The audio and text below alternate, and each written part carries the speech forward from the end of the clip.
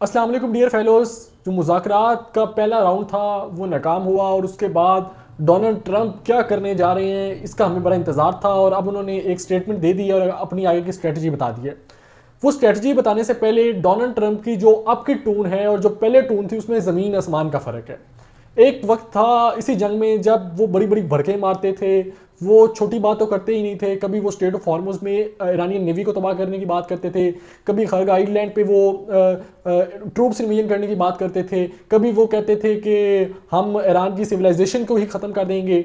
लेकिन अब जो उनका लहजा है, अगरचे उनके वाइस प्रेसिडेंट और उनके जो स्पेशल इन्वॉय हैं मिडल ईस्ट के और उनके जो दामाद साहब हैं वो भी आए हैं यहाँ पर पाकिस्तान में और वो मुज़ाकरात भी नाकाम गए हैं और ईरान ने उनकी बातें नहीं मानी।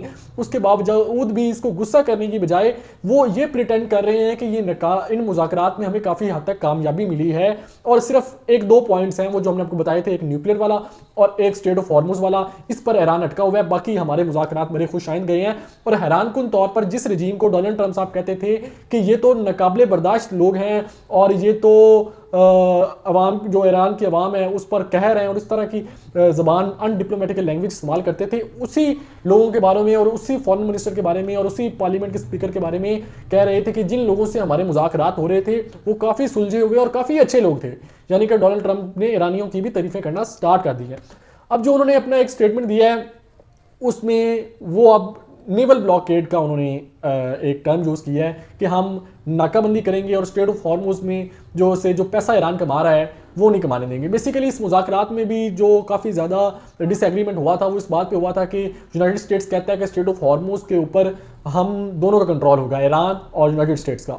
अब स्टेट ऑफ हॉर्मुज़ आपको ये पिक्चर में आपके सामने आ रही होगी, ये तकरीबन 21 किलोमीटर का एरिया है जिसमें ओमान और ईरान इन दोनों के पॉइंट्स मिलते हैं और इन दोनों की ही ये हक बनता है कि ये एक तो ईरान इसका हकदार है, दूसरा ओमान है। यूनाइटेड स्टेट ऑफ अमेरिका तो किसी तौर तरीके से भी यहाँ पर इसका हकदार नहीं हो सकता और यहाँ पर आकर वो कहते हैं हम टैक्स लगाते हैं, ईरानी आपको टैक्स लगाने देंगे यहाँ पर, ये तो सवाल ही पैदा नहीं होता।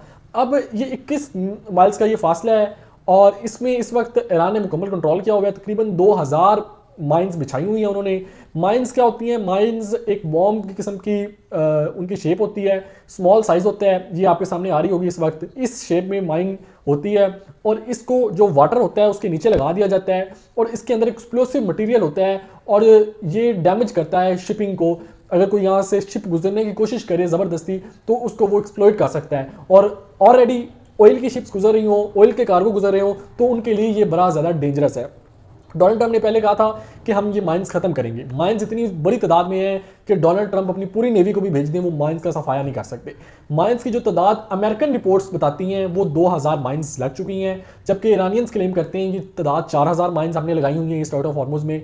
और जो अरब मीडिया है वो भी यही कहता है कि ईरान के पास 6000 माइंस थी जिनमें से वो आधी लगा चुके हैं और ये बहुत बड़ा नंबर है। अगर अमेरिकन मीडिया की बात माने तो 2000 माइंस बहुत बड़ा नंबर है। और अब यहाँ पर एक इकोनॉमी की गेम ये है कि एक जो माइन है वो 1500 से $2000 की आपको कॉस्ट पड़ती है।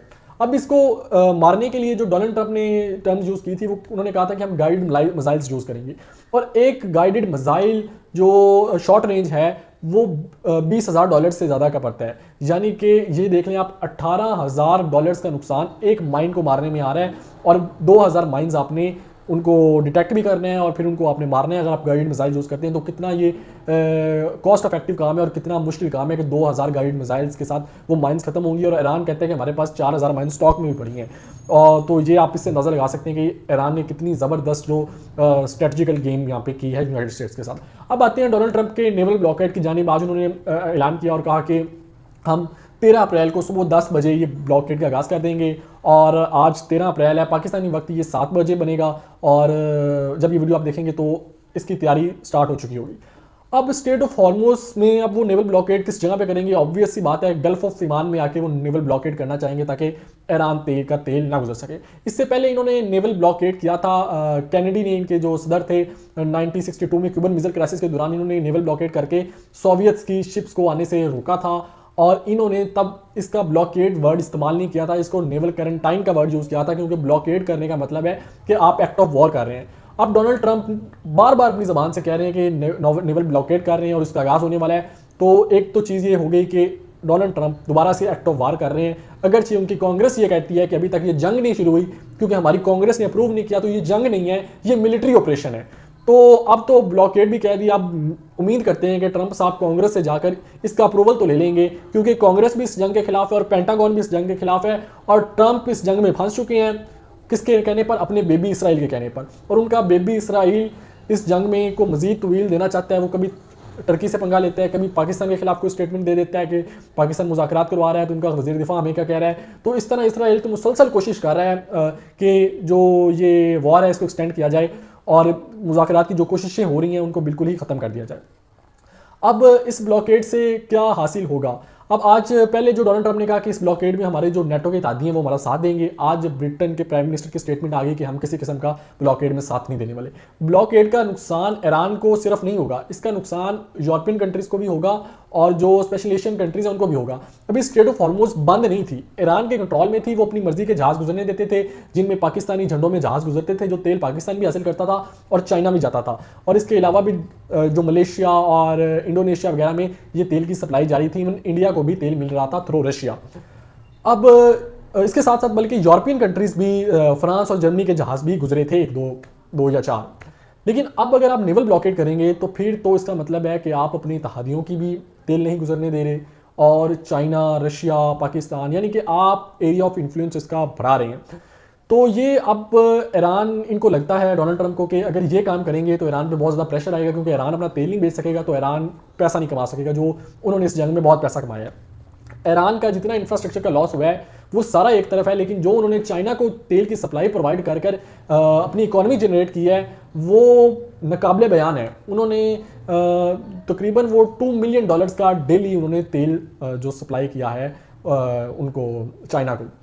तो अब अगर ये इनकी रोक लेते हैं ईरान के तेल गुजरने की, मिसाल के तौर पे मान लिया कि ब्लॉकेड कामयाब भी हो जाता है, तो क्या ईरान और चाइना आपस में इत्तेहादी हैं, तो क्या पता चाइना अगले आने वाले साल की पेमेंट्स ईरान को पहले कर दे, तो फिर डोनाल्ड ट्रंप का साल पूरा नेवल ब्लॉकेड लगा के बैठे रहेंगे और इस नेवल ब्लॉकेड को चलाते रहेंगे। ईरान को नुकसान पहुंचाना है अल्टीमेटली, उनका तो गोल है कि ईरान को प्रेशराइज करके टेबल पे लाया जाए। ईरान ख़त्म नहीं हो सकता, डोनाल्ड ट्रंप को ये बात समझ आ गई है। ईरान में रजीम चेंज नहीं हो सकती, जो वो रजीम चेंज कहते थे, डोनाल्ड ट्रंप को समझ आ गई है।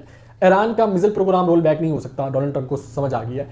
ईरान पर न्यूक्लियर की पाबंदी नहीं लगाई जा सकती। हाँ, वो आप टेबल पर लाकर उनको डील कर लें कि आप 4% यूरेनियम रिच कर लें, आप पावर प्लांट्स लगा लें, आप न्यूक्लियर से बिजली पैदा कर लें, तो वो शायद टेबल पर आकर बात मान जाएं और मुआशी खुशहाली के लिए और इकॉनमी के लिए, अपनी लोगों की फलाह के लिए शायद वो फैसला कर लें कि हम न्यूक्लियर वेपन्स नहीं बनाते। लेकिन आप उनको रिस्ट्रिक्ट नहीं कर सकते। तो अब ये नेवल ब्लॉकेड वाली भी एक ऐसी स्ट्रैटेजी है डोनाल्ड ट्रंप की जानिब से जो बहुत ही एक किस्म की फूल है, और ये भी अमेरिका को पे बैक ही करेगी, और अमेरिका को इस जो स्ट्रेटजी का है इसका भी कोई अच्छी आउटकम नहीं आने वाली। ये थी हमारी आज की वीडियो जिसमें हमने डिस्कस किया कि किस तरह जो अब ये वॉर है शिफ्ट ले रही है मैरीटाइम की तरफ और नेवल ब्लॉकेड की बात हो रही है।